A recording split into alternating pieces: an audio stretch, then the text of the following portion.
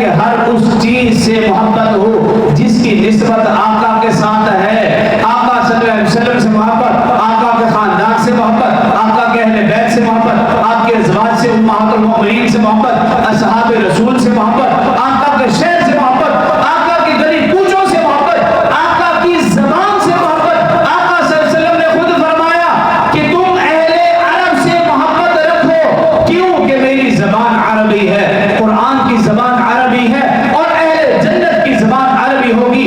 اور فرمایا جس نے اہل عرب کو دھوکہ دیا، آج لوگ جاتے ہیں وہاں جا کر جو کچھ بھی کرتے ہیں آپ بہتر جانتے ہیں، یہی وجہ پھر ہمارے اوپر پابندی لگتی ہے. کیا فرمایا آقا صلی اللہ علیہ وسلم نے؟ جس نے اہل عرب کو دھوکہ دیا، آقا فرما رہے ہیں وہ قیامت والے دن میری شفاعت سے محروم رہے گا.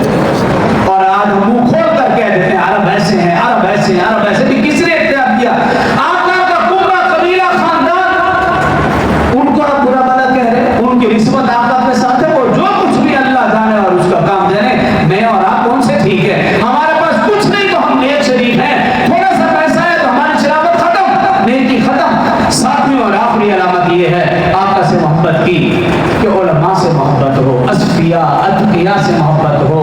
کیوں کہ العلماء ورثۃ الانبیاء. اور اس کے ساتھ ساتھ جو لوگ بھی دین کے ساتھ وابستہ ہیں، دین کے لیے جو کچھ بھی کر رہے ہیں، جیسا کہ آپ جانتے ہیں آج کل کے جو حالات ہیں، غزہ کے حوالے سے امدادی قافلہ کیا ہوا ہے، کم از کم ہم ان کے لیے دعا تو کریں. کہیں ان کے نام پر احتجاج ہو